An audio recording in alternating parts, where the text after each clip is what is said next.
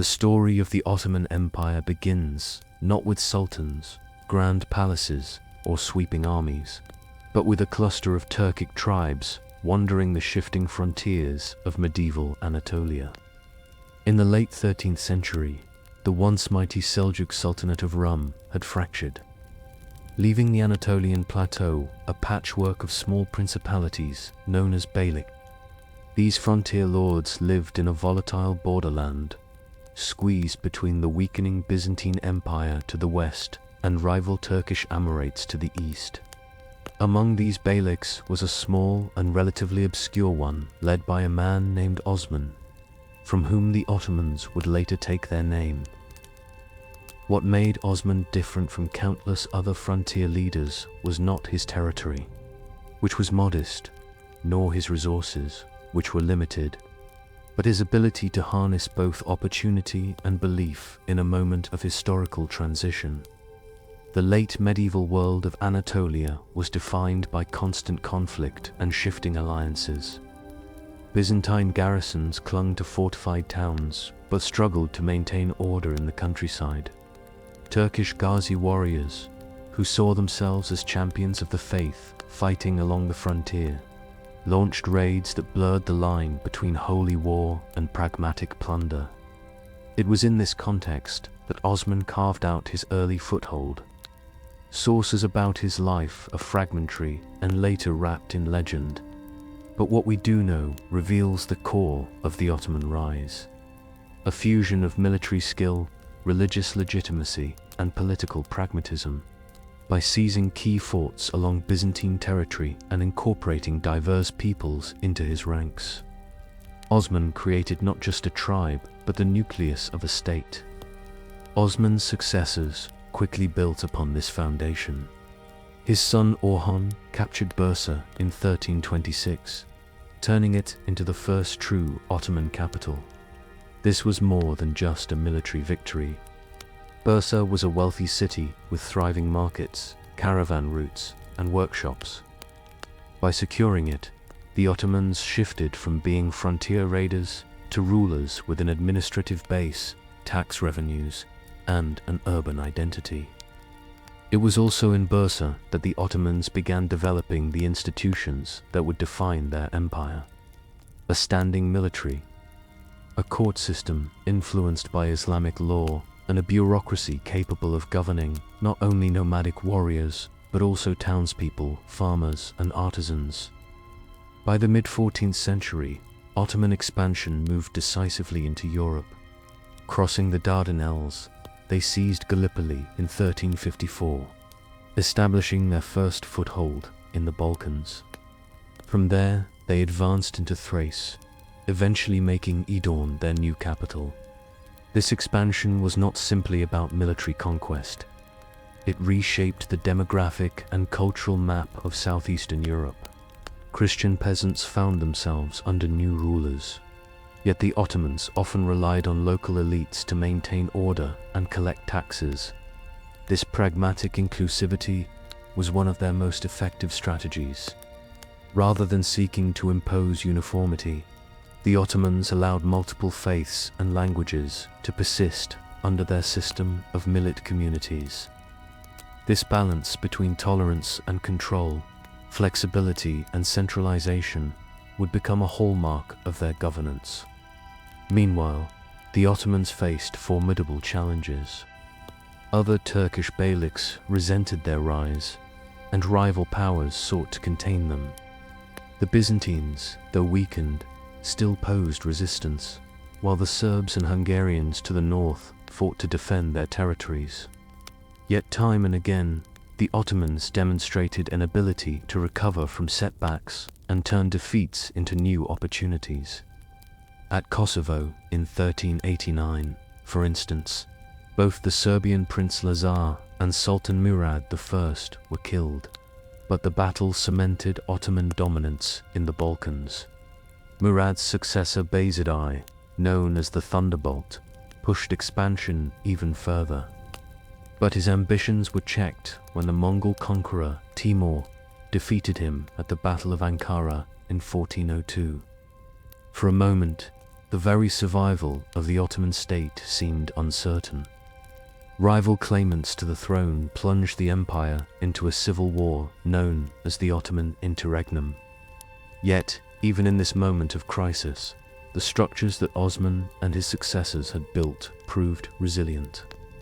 By 1413, Mehmed I had emerged victorious, restoring unity and setting the stage for renewed expansion. The Ottomans had survived their first existential crisis, and in doing so, they demonstrated that they were more than a tribal confederation, they were an enduring state. By the early 15th century, the empire was poised for one of the most consequential chapters in its history, the conquest of Constantinople. The city had withstood sieges for over 1,000 years, but the Ottomans had both the ambition and the means to challenge its walls. This would mark not only a turning point for the Ottomans, but a defining moment for world history.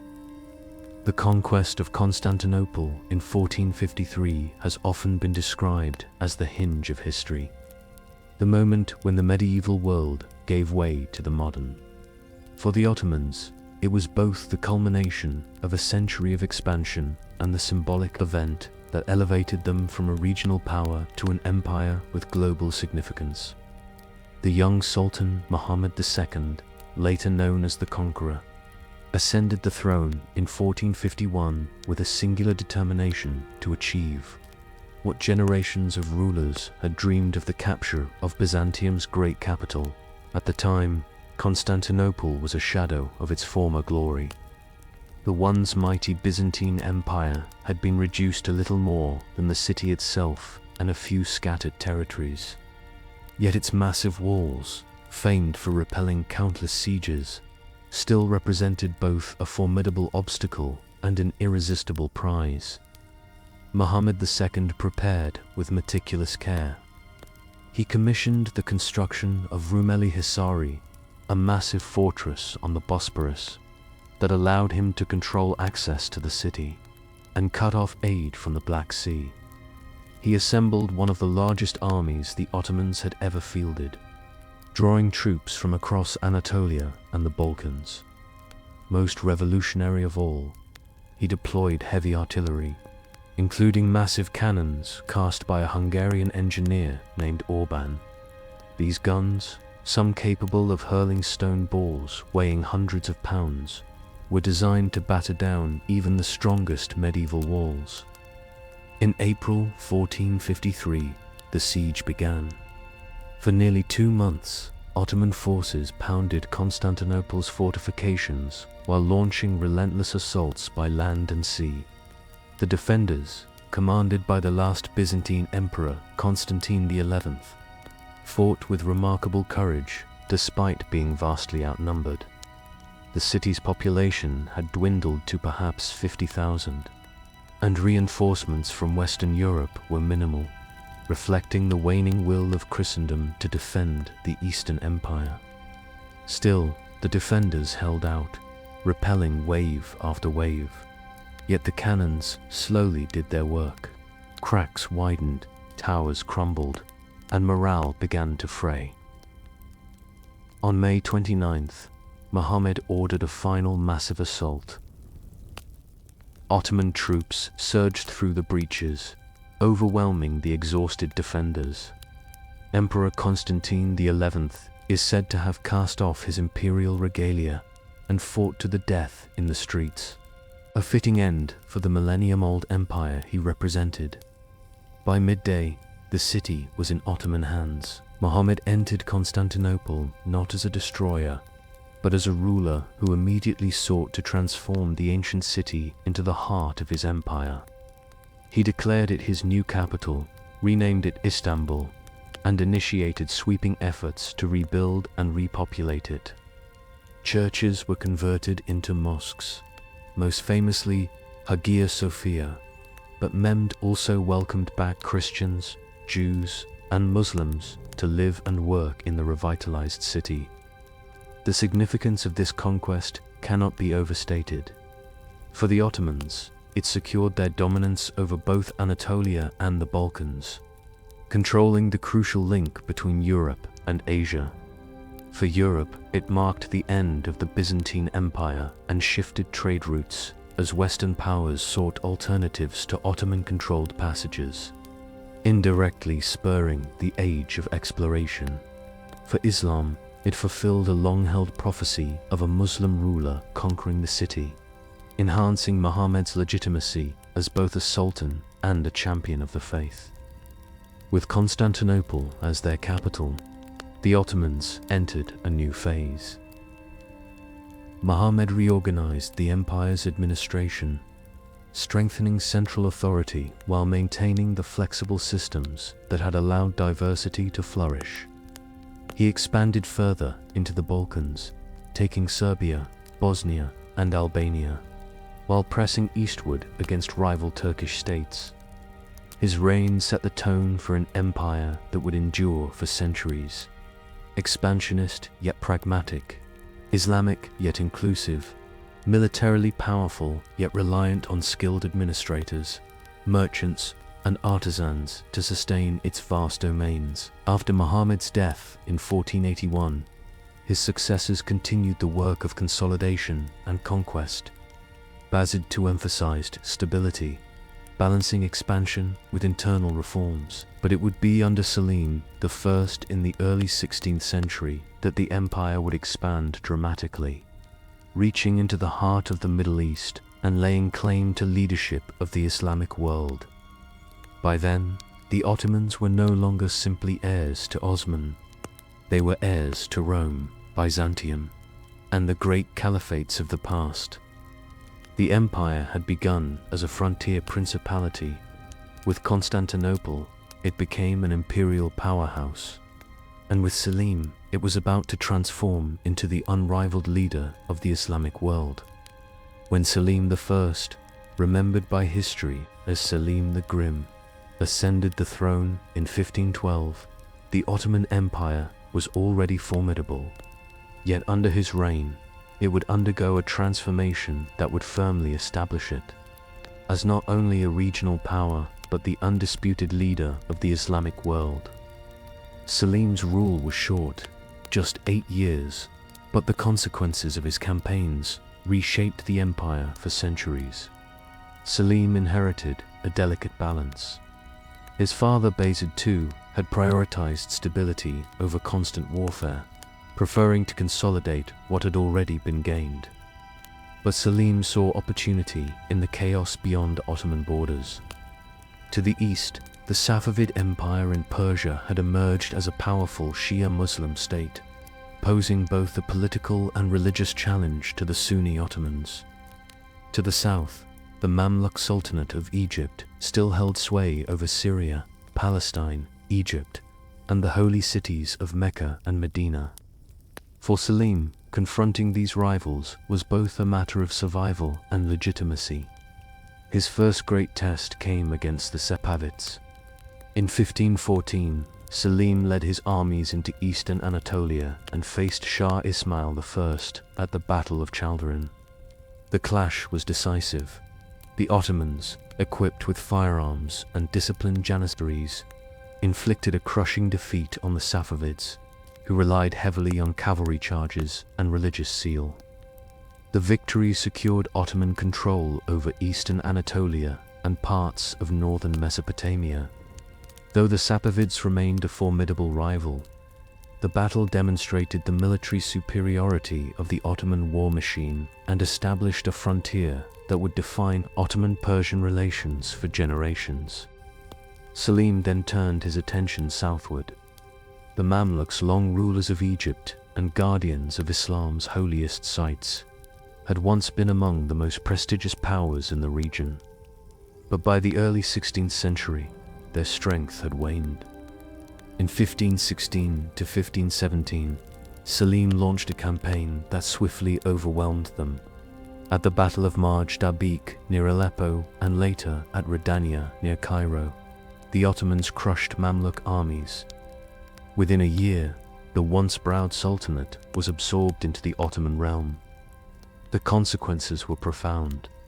By seizing Syria, Palestine, and Egypt, The Ottomans not only gained vast territories and immense wealth, but also assumed control of the Hejaz, including Mecca and Medina. This conquest gave Selim a claim unlike any of his predecessors. The last Abbasid caliph, who had resided in Cairo as a symbolic figure under Mamluk protection, was brought to Istanbul. According to tradition, he formally transferred the title of caliph to Selim, marking the Ottomans as the legitimate leaders of the Muslim world. While historians debate the precise details of this transition, the symbolic power was undeniable. The Ottomans could now claim to be both sultans and caliphs, rulers of an earthly empire and protectors of Islam's sacred trust. Selim's reign also marked a new stage in Ottoman governance. The empire's bureaucracy expanded to manage these vast new lands. The millet system, which allowed religious minorities to govern their own communities under Ottoman oversight, became even more crucial in maintaining stability across diverse populations. The empire was no longer simply Turkish and Balkan in character, it was now Arab, Kurdish, Armenian, Greek, and far more, encompassing some of the richest agricultural lands and most important trade routes in the world.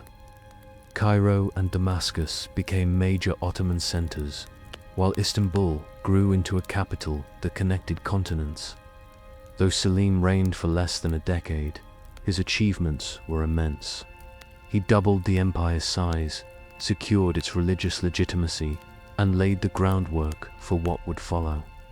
His son Suleiman would inherit an empire stretching from the Danube to the Nile, from the Persian frontier to the gates of Europe. And under him, the Ottomans would reach the very height of their power. The age of Suleiman the Magnificent was about to begin, a period when Ottoman armies would march into the heart of Europe, when Ottoman fleets would dominate the Mediterranean, and when Ottoman culture and law would flourish at a scale unmatched before or since. When Suleiman I ascended the throne in 1520, he inherited not only the most powerful empire of the Islamic world, but also one of the most formidable states the globe had ever seen. Known in the West as the Magnificent and in the Islamic world as the Lawgiver, Suleiman's reign stretched for nearly half a century and came to represent the zenith of Ottoman power, prestige, and cultural achievement. His era was one of vast territorial expansion, refined administration, flourishing art and architecture, and a reputation that echoed across continents. The foundations laid by his father Selim allowed Suleiman to begin his reign with a secure empire and abundant resources. From this base, he launched a series of campaigns that extended Ottoman authority into three directions at once: Europe, the Middle East, and the seas. His armies, led by disciplined janissaries and supported by advanced artillery, were among the most effective fighting forces of the age. In 1521, Suleiman captured Belgrade, striking directly into the heart of Central Europe. A year later, he defeated the Hungarians at the Battle of Mohacs in 1526, a catastrophe for Hungary that left the kingdom divided and vulnerable to Ottoman control. By the 1540s, much of Hungary was incorporated into the empire, while the Habsburgs clung to the western fringe. Yet, even as Ottoman banners advanced into Europe, Suleiman also cast his gaze eastward. He renewed hostilities with the Safavid Persians, pressing into Mesopotamia and capturing Baghdad in 1534. This not only secured Ottoman authority over Iraq, but also reinforced their role as guardians of the most important pilgrimage routes of Islam. The incorporation of Baghdad further underscored the Ottomans' claim to be heirs of both the Arab and Persian legacies of the Islamic world. Suleiman's influence extended to the seas as well. The Mediterranean, once dominated by Christian naval powers, increasingly fell under Ottoman sway thanks to commanders like Heredin Barbarossa. Ottoman fleets clashed with Spanish and Venetian forces, securing key ports in North Africa and projecting power as far west as Algiers. The empire also pushed into the Red Sea and Indian Ocean, seeking to challenge Portuguese dominance of maritime trade routes. While ultimate supremacy in the Indian Ocean eluded them, the Ottomans nevertheless positioned themselves as global actors in a world increasingly connected by sea. But Suleiman's greatness was not measured by conquests alone. His reputation as the lawgiver came from his efforts to codify and rationalize the empire's vast legal system. He harmonized Islamic law with customary practices, creating a framework that balanced justice with flexibility across diverse populations. This legal order helped stabilize a realm stretching from Budapest to Baghdad, from Cairo to the Crimean Steppes. The empire's institutions matured under his reign, with an efficient bureaucracy, a powerful standing army, and a tax system that ensured steady revenues. The balance between central authority and local autonomy allowed a vast mosaic of peoples, Turks, Greeks, Armenians, Arabs, Kurds, Jews, Slavs, and more to coexist under one imperial umbrella. Culturally, Suleiman presided over a flowering, often called the Ottoman Golden Age. Istanbul became a center of learning, poetry, and artistic expression. Architects such as Mimar Sinan created masterpieces like the Suleimani Mosque, which still dominates the skyline of the city. Literature thrived, with Ottoman poets contributing to a rich tradition that blended Persian, Arabic, and Turkish influences. The imperial court itself became a hub of refinement, with music, calligraphy, and decorative arts reaching new heights. Suleiman's personal life also captured imaginations. His relationship with Harem Sultan, better known in Europe as Roxolana, challenged traditional norms of the harem. Once a concubine of Slavic origin, she became his legal wife and wielded significant influence in court politics. Their partnership marked the beginning of a new phase in Ottoman dynastic history, where the women of the imperial household would play increasingly important roles in governance, a period often referred to as the Sultanate of Women. By the time of Suleiman's death in 1566, the Ottoman Empire stood as a superpower. Its territory spanned 3 continents, its armies were feared, its fleets respected, its culture admired, and its institutions firmly rooted. Yet even as the empire basked in its golden age, the seeds of future challenges were already being planted. Succession struggles, external rivals, and the sheer complexity of governing such a vast domain would test Suleiman's heirs in ways he had managed to avoid. The Magnificent had left behind an empire at its peak. What followed would determine whether that peak could be sustained or whether the slow arc of decline had already begun. The death of Suleiman the Magnificent in 1566 marked the end of an era. But it did not immediately plunge the Ottoman Empire into crisis. His successors inherited a vast and well-structured state, but they lacked his combination of vision, discipline, and charisma. The decades that followed are often remembered for a unique development within the palace walls. The increased political influence of women in the imperial household. This period, stretching from the late 16th to the mid-17th century, became known as the Sultanate of Women. It was an age when the mothers, wives, and consorts of sultans wielded extraordinary authority, shaping policies, influencing appointments, and at times acting as the de facto rulers of the empire. The origins of this shift lay in Suleiman's own marriage to Harem Sultan. By breaking with precedent and elevating her to the status of legal wife, Suleiman set a pattern where imperial women could move from behind the scenes into visible positions of power. After his death, his successors were often young, inexperienced, or uninterested in the burdens of statecraft, leaving the field open for the formidable mothers of sultans, known as valid sultans, to act as regents and guardians of stability. These women managed palace politics with great skill, navigating rivalries among viziers and factions, while also protecting the dynasty's continuity. During this time, figures such as Kosum Sultan and Turhan Sultan rose to prominence. Kosum, originally a concubine of Greek origin, became one of the most powerful women in Ottoman history. As the wife of Ahmed I and later the mother and regent for several of his sons, she controlled imperial politics for decades. Her ability to broker alliances, secure loyalties, and even remove rivals demonstrated that palace influence could extend far beyond the harem walls, though critics later portrayed this period as one of weakness. In reality, the involvement of these women often provided the stability needed during moments when the Sultan himself was incapable of strong leadership. Yet, even as the palace adapted to shifting dynamics, the empire itself faced new pressures. Militarily, the Ottomans continued to wage wars across Europe and the Middle East, but their results were increasingly mixed.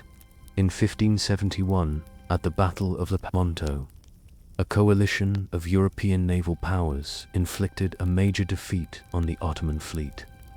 Though the Ottomans rebuilt their navy quickly, the battle demonstrated that European powers were growing stronger and more coordinated.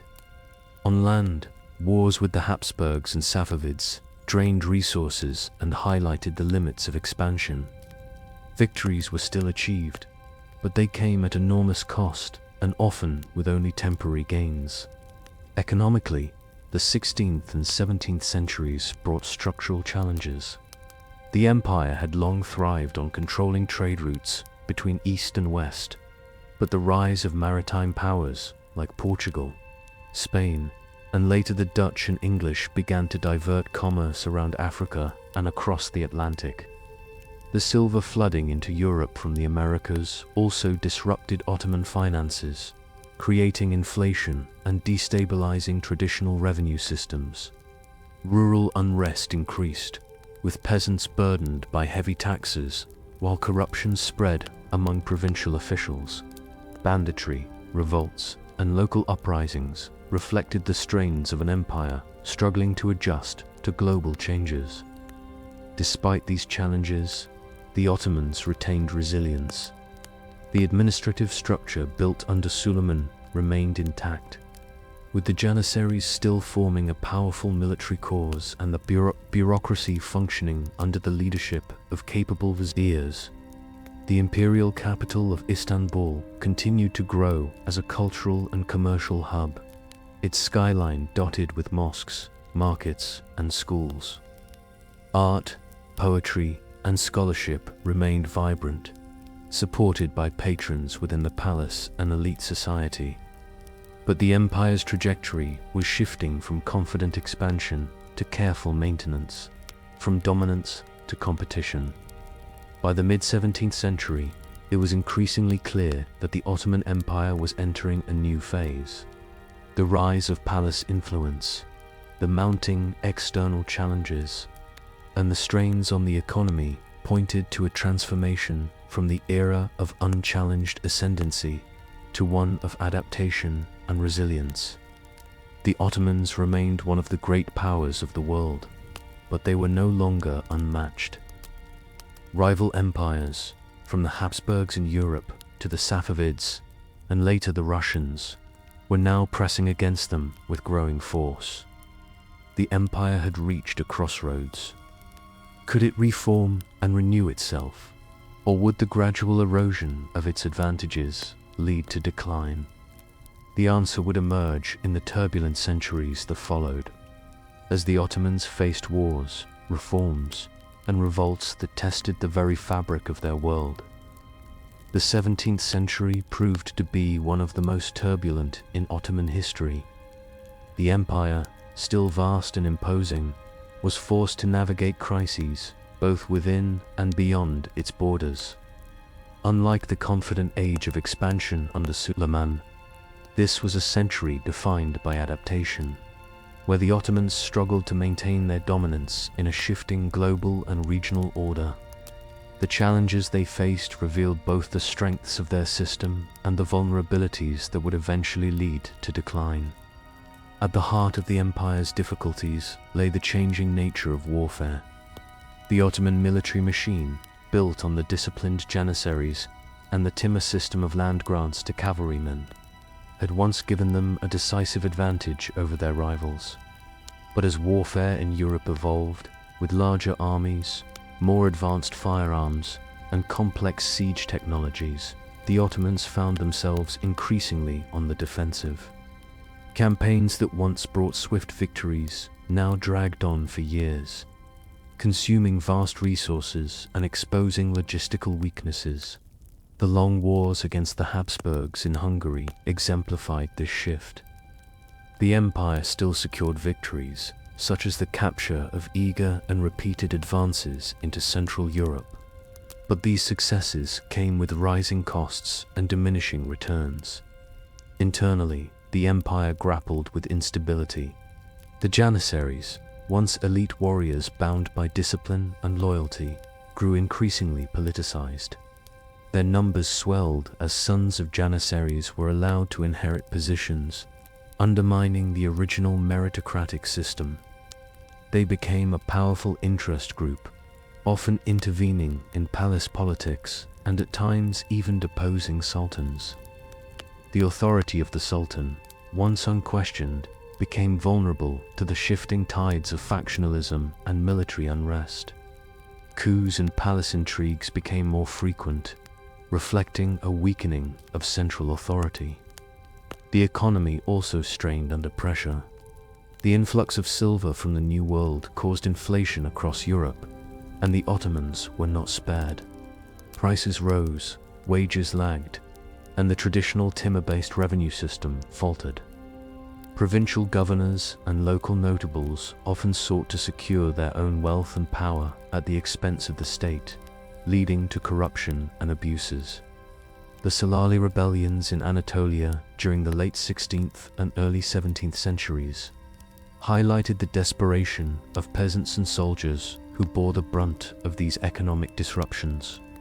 Villages were abandoned, agricultural production declined, and central control over the countryside weakened. Despite these problems, the Ottomans demonstrated a remarkable ability to adapt. Capable Grand Viziers, such as members of the Köprülü family, introduced reforms aimed at restoring discipline and efficiency. Köprülü Muhammad Pasha, appointed as Grand Vizier in 1656, embarked on a program of ruthless but effective measures. He reasserted central authority, disciplined the janissaries, and suppressed revolts. His successors, particularly Köprülü Fazıl Ahmed Pasha, continued these efforts, stabilizing the empire and enabling renewed military campaigns. These reforms underscored an important truth. While the empire faced systemic challenges, it was not collapsing. Instead, it oscillated between crisis and recovery, decline and revival. One of the most dramatic episodes of this century was the empire's clash with Europe at the gates of Vienna in 1683. Under Grand Vizier Kerem Mustafa, Ottoman armies launched a massive campaign into Central Europe, laying siege to the Habsburg capital. For months, the outcome hung in the balance. But when relief forces, led by the Polish king Jan Sobieski, arrived, the Ottomans suffered a crushing defeat. The failure at Vienna marked a turning point. It shattered the image of Ottoman invincibility in Europe and opened the way for a series of conflicts, known as the Great Turkish War. By the Treaty of Karlowitz in 1699, the Ottomans were forced to cede significant territories in Hungary, Transylvania, and the Balkans. For the first time, the empire permanently lost large swathes of European land. The 17th century thus ended with the Ottoman Empire diminished but still standing. It had weathered revolts, economic turmoil, and military defeats, yet its core institutions and territories remained intact. Istanbul continued to flourish as one of the world's great cities, and the empire retained control over the Middle East, North Africa, and much of southeastern Europe. But the balance of power was shifting. The European states that had once feared Ottoman advance were now beginning to surpass them in wealth, technology, and organization. The Ottomans, once the great aggressors, were now increasingly forced into a defensive posture. The question for the 18th century was whether the empire could reform and modernize quickly enough to meet this new reality, or whether it would remain locked in older systems that could no longer keep pace.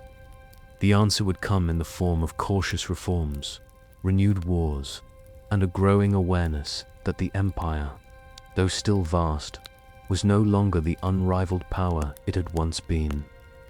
The 18th century was an era of contrasts for the Ottoman Empire, a time marked by both reformist impulses and entrenched stagnation. The defeats of the late 17th century had forced the empire to recognize that its old systems were no longer sufficient to compete with a rapidly modernizing Europe. Yet efforts to adapt were uneven, often undermined by resistance within the empire itself. The result was a century in which the Ottomans alternated between renewal and inertia, survival and decline. The Treaty of Karlowitz in 1699 had been a sobering moment, forcing the Ottomans to cede Hungary and other territories to the Habsburgs. This marked the first significant permanent loss of land in Europe, a psychological blow to an empire long accustomed to expansion. Yet the Ottomans remained far from powerless. They retained vast holdings across the Balkans, Anatolia, the Middle East, and North Africa, and they continued to exert enormous influence over regional affairs.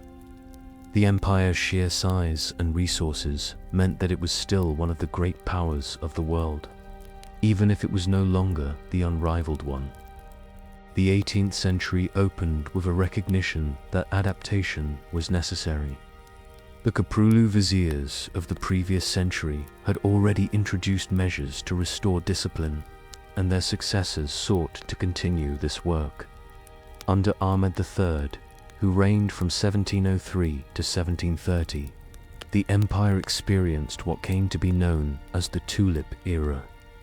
This period, named after the fashionable cultivation of tulips in Istanbul, represented a cultural and intellectual flowering. The court embraced art, literature, architecture, and new forms of leisure. Printing presses were introduced, Western diplomatic practices were adopted, and the city witnessed an influx of European styles and ideas. While the Tulip era is sometimes dismissed as superficial, it reflected a broader awareness that the empire could not remain isolated from the currents of European change. Yet reform was fragile. In 1730, the Patrona Halal rebellion, fueled by discontent among the Janissaries and urban poor, brought the Tulip era to an abrupt end. The uprising revealed the resistance that reformist sultans and viziers would repeatedly face. Traditional elites, entrenched interests, and conservative factions often opposed innovations that threatened their privileges. The Janissaries, in particular, resisted military reforms that sought to discipline or modernize them, fearing a loss of their autonomy and influence. Militarily, the Ottomans remained engaged in frequent wars, particularly against the Habsburgs and the Russians. The empire still possessed formidable armies, but its campaigns often ended in mixed results. The wars with Russia were especially significant, as they signaled the rise of a new and persistent rival on the empire's northern frontier. Russia's access to the Black Sea and its ambitions in the Balkans.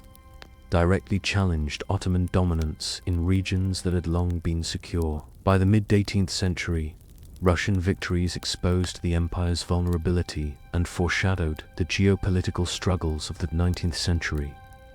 Despite these setbacks, the Ottomans demonstrated resilience. The empire's administrative systems continued to function. Tax revenues still flowed, and Istanbul remained a thriving metropolis. Local elites, or ions, rose in importance across the provinces, balancing central authority with regional power structures. This decentralization reflected both weakness and adaptability. On the one hand, it showed that the central government could not always impose its will directly. On the other, it allowed local notables to maintain order and collect taxes, ensuring that the empire as a whole remained stable.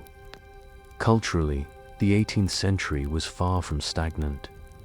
Ottoman scholars engaged with European science and philosophy, while artisans and architects blended Ottoman and Western styles. The empire's cities bustled with commerce, and its diverse populations continued to coexist under the umbrella of the millet system.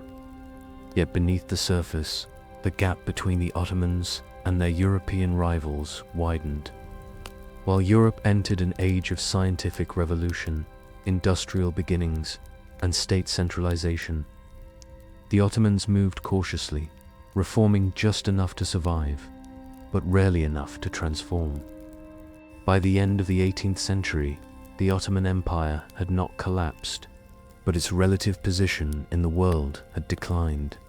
It was no longer feared as an expanding power, but rather regarded as a weakened giant, still vast and wealthy, but increasingly outpaced by its rivals. The phrase, "the sick man of Europe," which would become infamous in the 19th century, had not yet been coined, but the conditions that gave rise to it were already taking shape. The 19th century would bring the ultimate test. Faced with aggressive European powers, internal revolts, and the pressures of modernity, the Ottomans would be forced into an era of profound reform and painful decline.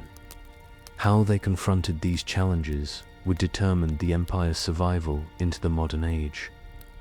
By the dawn of the 19th century, the Ottoman Empire remained one of the largest states on earth, spanning 3 continents and ruling over tens of millions of people. Yet, its image had changed dramatically. Once feared as an unstoppable force pressing into Europe, the empire was now increasingly seen as fragile and declining, a state unable to keep pace with its rivals. European observers coined the phrase, "the sick man of Europe," to describe its condition, a label that captured both its lingering vastness and its growing weakness.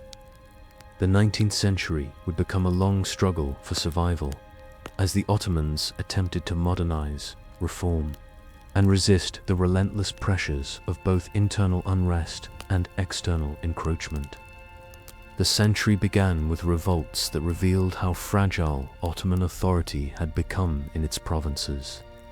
In 1804, Serbian nationalists rose against Ottoman rule, beginning a series of uprisings that would eventually lead to Serbian autonomy. In 1821, the Greek War of Independence erupted, fueled by nationalism and supported by European powers like Britain, France, and Russia. After years of brutal conflict, Greece secured its independence in 1830, marking the first major territorial loss in the Balkans and a symbolic blow to Ottoman prestige. These revolts underscored a new force in world politics: nationalism, which threatened the empire's traditional system of multi-ethnic coexistence. At the same time, the Ottomans faced challenges from ambitious provincial rulers. Nowhere was this clearer than in Egypt under Muhammad Ali, a governor who transformed his province into a virtually independent state. Muhammad Ali modernized Egypt's army, economy, and administration, making it one of the most dynamic regions in the Middle East. His campaigns even threatened Ottoman control in Syria and Anatolia, though European powers eventually forced him to retreat. Muhammad Ali demonstrated how far the empire's central authority had eroded and how quickly strong local leaders could carve out their own domains. Recognizing these dangers, Ottoman statesmen embarked on ambitious reforms. The most famous of these was the Tanzimat, or reorganization, a series of decrees beginning in 1839 that aimed to modernize the empire along European lines. The Tanzimat reforms introduced new legal codes, reorganized taxation, sought to standardize administration, and proclaimed the equality of all subjects, regardless of religion. Schools, military academies, and modern ministries were established, and European-style uniforms and practices began to appear in the army. The goal was to create a centralized, rational, and modern state capable of standing alongside the great powers. Yet the Tanzimat faced enormous obstacles. Conservative factions within the empire resisted changes that threatened Islamic traditions and established privileges. The Janissaries, long a source of instability, had already been forcibly disbanded in 1826 in what became known as the Auspicious Incident. But their legacy lingered. Corruption remained endemic, and many of the new reforms were poorly implemented. Moreover, European powers often supported reforms selectively, encouraging modernization when it served their interests, but exploiting Ottoman weakness when it did not. The empire became increasingly entangled in European diplomacy, its survival often dependent on the balance of power among Britain, France, Russia, and Austria. Wars with Russia became a recurring theme of the century. Russia, driven by ambitions to expand into the Black Sea and Balkans, repeatedly clashed with the Ottomans. The Crimean War of 1853 to 1856, in which Britain and France intervened to support the Ottomans against Russia, highlighted both the empire's vulnerability and its continued strategic importance. Though the Ottomans technically emerged on the winning side, the war exposed the inefficiency of their administration and the limits of their military modernization. The empire remained standing, but increasingly as a pawn in the struggles of the great powers, rather than as a decisive player in its own right. Economically, the empire became more dependent on Europe. Trade expanded, but much of it favored European merchants who secured special privileges through capitulation treaties that granted them tax exemptions and legal advantages. The Ottomans also fell into heavy debt, borrowing from European banks to finance reforms and wars. By the late 19th century, the empire's finances were effectively under European supervision, with international commissions managing its debt repayments. This loss of economic independence mirrored the loss of political and military autonomy. Despite these difficulties, the 19th century was also a period of remarkable cultural transformation. Ottoman intellectuals engaged with European ideas from constitutionalism to nationalism, and sought ways to reconcile them with Islamic traditions. Newspapers and new forms of literature emerged, shaping public opinion in ways that had never before been possible. Reformist sultans like Meh-med II and Abdul-Mehmed pushed for change, while later rulers like Abdul-Hamid II sought to balance modernization with centralized control, using pan-Islamic rhetoric to unify the empire's Muslim populations. By the end of the 19th century, the Ottoman Empire was visibly weakened, but it was not yet finished. It had lost Greece, Serbia, Romania, and parts of its Balkans, but it still controlled Anatolia, much of the Arab world, and strategic territories that made it vital in the eyes of Europe. The empire was shrinking, indebted, and struggling with identity, yet it remained a crucial player in global politics. Its survival into the 20th century would depend on whether it could reconcile reform with tradition central authority with diversity, and independence with the overwhelming pressure of European imperialism. As the 20th century began, the Ottoman Empire was no longer the commanding power it had once been. It had lost much of its territory in the Balkans. Its economy was entangled with European creditors, and its internal cohesion was strained by rising nationalism among its diverse peoples. Yet the empire still stood, and its rulers were determined to find a path forward in an era increasingly defined by modern nation-states and global competition. The early decades of this century would bring both bold attempts at renewal and catastrophic conflicts that ultimately sealed the fate of the empire. One of the most significant movements to emerge was the Young Turk Revolution of 1908. The Young Turks, formerly known as the Committee of Union and Progress (CUP), were a group of reform-minded officers and intellectuals who sought to restore the constitution first, promulgated during the short-lived constitutional experiment of 1876.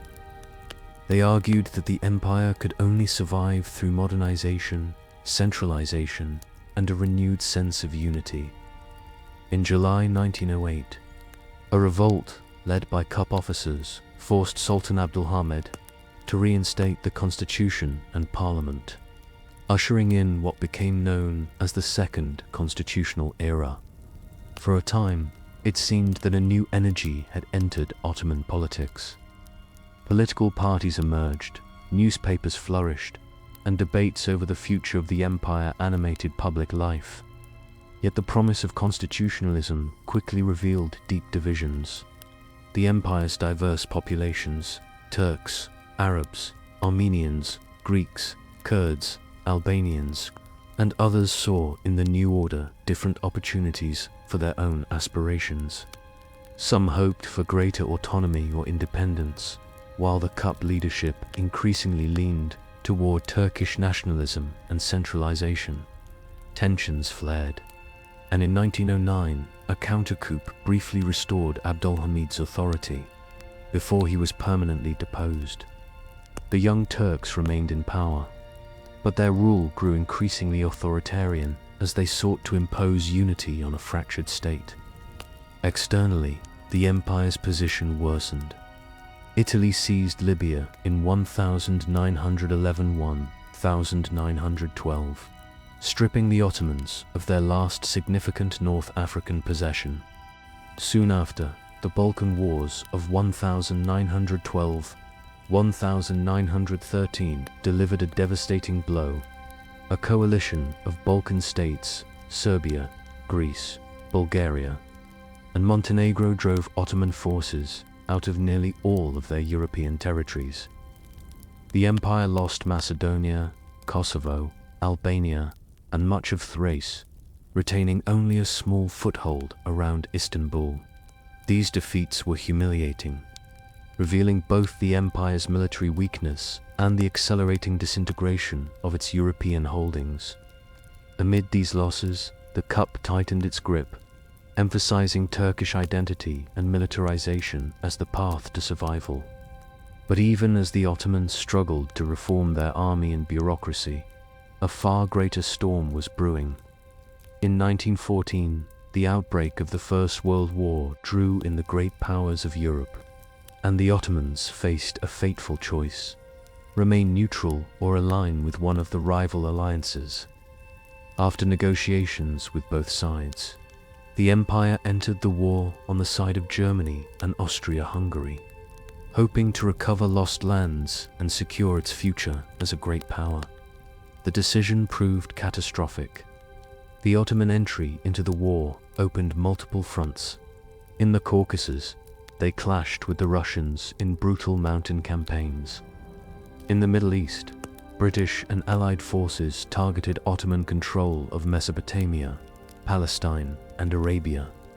The Gallipoli campaign of 1915, where Allied forces attempted to seize the Dardanelles and capture Istanbul, became one of the most famous Ottoman victories, as Turkish troops under commanders like Mustafa Kemal repelled the invasion with remarkable resilience. Yet victories were rare, and defeats mounted elsewhere. The war also brought immense suffering to the empire's peoples. The Armenian population, accused by Ottoman leaders of collaborating with the Russians, faced mass deportations and massacres in what is now widely recognized as the Armenian Genocide. Hundreds of thousands perished, leaving a deep scar on Ottoman history and shaping international perceptions of the empire in its final years. At the same time, Arab revolts, supported by Britain, undermined Ottoman control in the Hejaz and Syria, as local leaders pursued independence under the banner of nationalism. By 1918, the empire was exhausted. Its armies were shattered, its economy was in ruins, and its authority was collapsing across the provinces. The Armistice of Mudros in October 1918 marked the empire's surrender, and Allied forces soon occupied Istanbul and other strategic areas. What remained of Ottoman sovereignty was now in question, and for many it seemed that the empire, after more than 6 centuries, had come to its end. Yet even in defeat, new possibilities were emerging. Out of the ruins of the Ottoman collapse, a new movement was taking shape in Anatolia. One that would not preserve the empire, but would instead lay the foundation for a modern nation-state. The question was no longer whether the empire could survive, could not, but what would rise in its place. The final chapter of the Ottoman Empire unfolded in the years immediately following the First World War. The empire that had once stretched from Budapest to Baghdad, and from Algiers to Mecca, was left shattered by military defeat, internal division, and the ambitions of the victorious Allied powers. The signing of the Armistice of Mudros in October 1918 effectively ended Ottoman participation in the war, but it also ushered in a period of foreign occupation and political fragmentation that made clear the empire's days were numbered. The Allies wasted little time in carving up Ottoman territory. British, French, Italian, and Greek forces occupied key regions, including Istanbul itself. The Ejoarling Treaty sought to formalize this dismemberment, stripping the empire of its Arab lands, placing Anatolia under spheres of influence, and granting Greece control of Smyrna, modern-day Izmir. The treaty also envisioned an independent Armenia and a potential Kurdish state. To many Ottomans, it seemed as though their empire was to be erased entirely, reduced to a powerless rump state under European supervision. Amid this crisis, a new leader emerged from the ranks of the Ottoman military, Mustafa Kemal, later known as Ataturk. A veteran of the Gallipoli campaign, Mustafa Kemal refused to accept the humiliation of Sevres.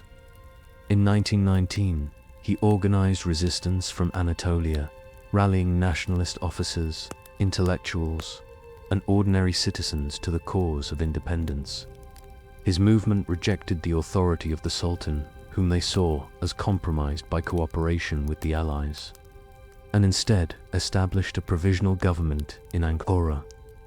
This marked the beginning of the Turkish War of Independence.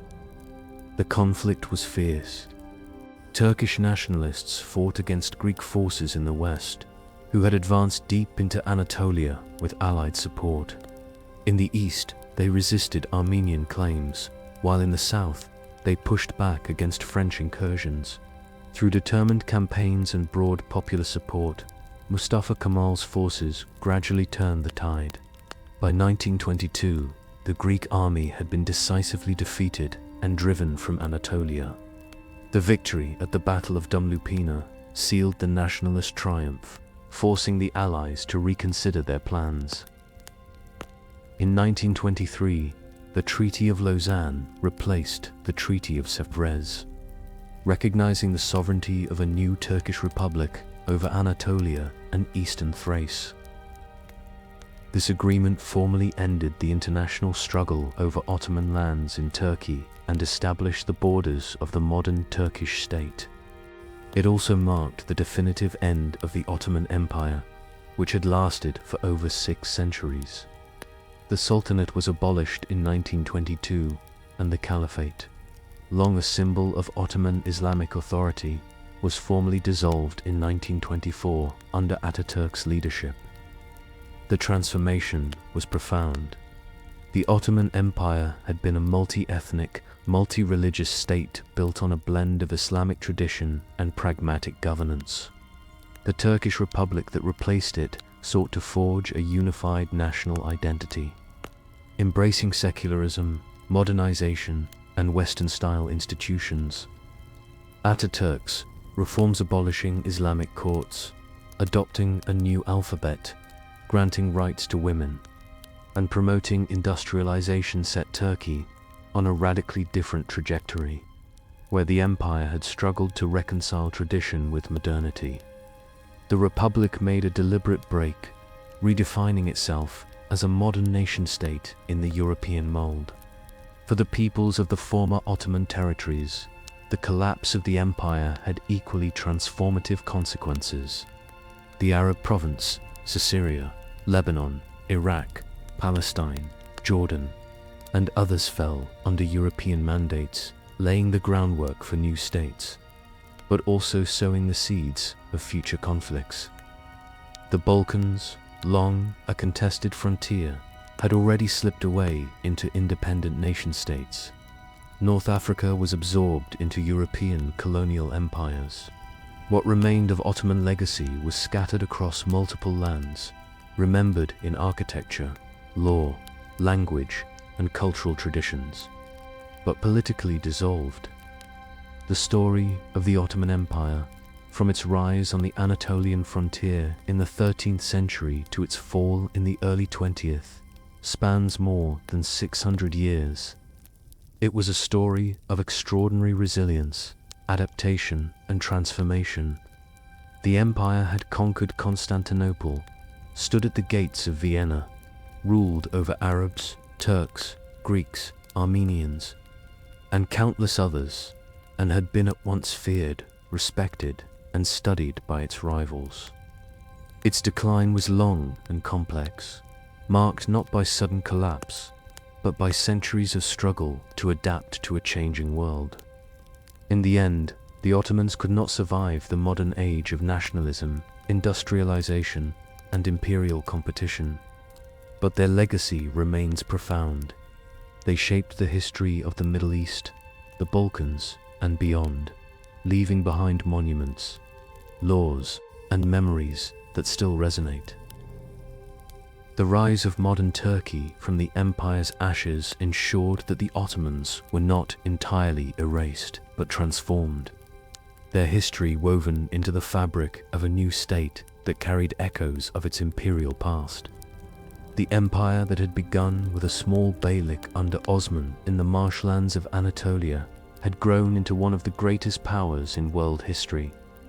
Its story is not only one of conquest and decline, but of endurance, adaptation, and transformation across centuries. Even in its fall, the Ottoman Empire left behind a legacy that continues to shape the modern world.